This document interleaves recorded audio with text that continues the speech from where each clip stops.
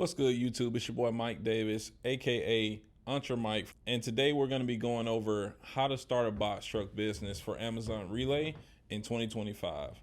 Now, it's a lot of steps that new ventures are either confused about or just don't necessarily know the order of.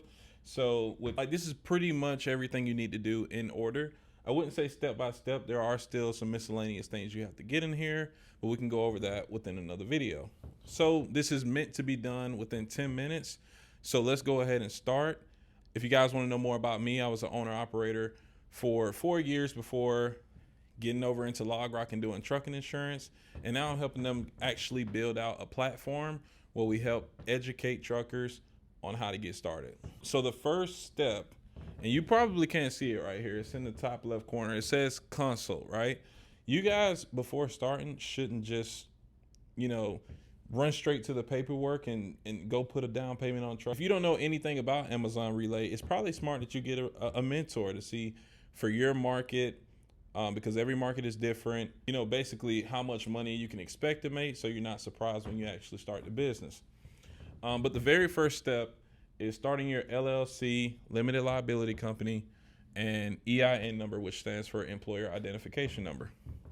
Your LLC is going to be the entity that basically protects you as an individual. You do not want to have a trucking company where you're running as a sole proprietor. I don't want to go too deep into the details on what can happen if you do that. Just know most people go with an LLC in order to start their trucking business, regardless of what kind you're starting. The next step is, of course, starting your USDOT number and MC number. A lot of guys get these two confused. The main difference is the DOT number, Department of Transportation number, allows you to haul within state lines, and the MC, motor carrier number, allows you to cross interstate lines. So, and a lot of guys will think, well, since I'm doing Amazon Relay, do I really need an MC number? You need active MC number in order to get into Amazon Relay. And there's actually a requirement for how long you have to be active, but we'll go over that later if you can't see it on the board. And then the funds for the truck, or what type of truck, is pretty important.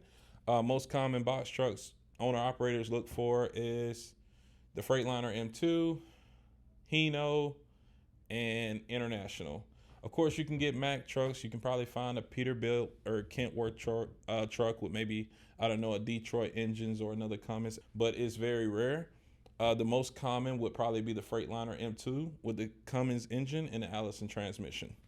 Now, how you'll get the funds is kind of a step you probably want to do around the consultant period, right? Figure out where your credit is.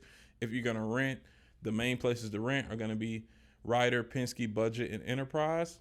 But that's probably it as far as finding or having funds for the truck. Now, the BOC-3 and UCR, these are important to have as soon as you start your DOT and MC application. Now, the BOC-3, you need this before going active. The UCR, you need this in your binder when crossing state lines at all times before you actually hit the road. The BOC-3 is your blanket of coverage. UCR stands for Unified Carrier Registration. And we'll have the websites for all of the links that you'll need to go to actually fill out the application. And throughout the time of this channel, we're going to have people come on and show you guys how to fill out the application, right? So after that, it's probably the most important part, right? Insurance, how you protect your business, right? And protect yourself from claim, protect yourself from liability accidents. Insurance activation is the most important part. Now, there are different ways you can go about, activating your insurance. You can do the minimum BIPD requirement. You could actually age your authority for 3 to 6 months.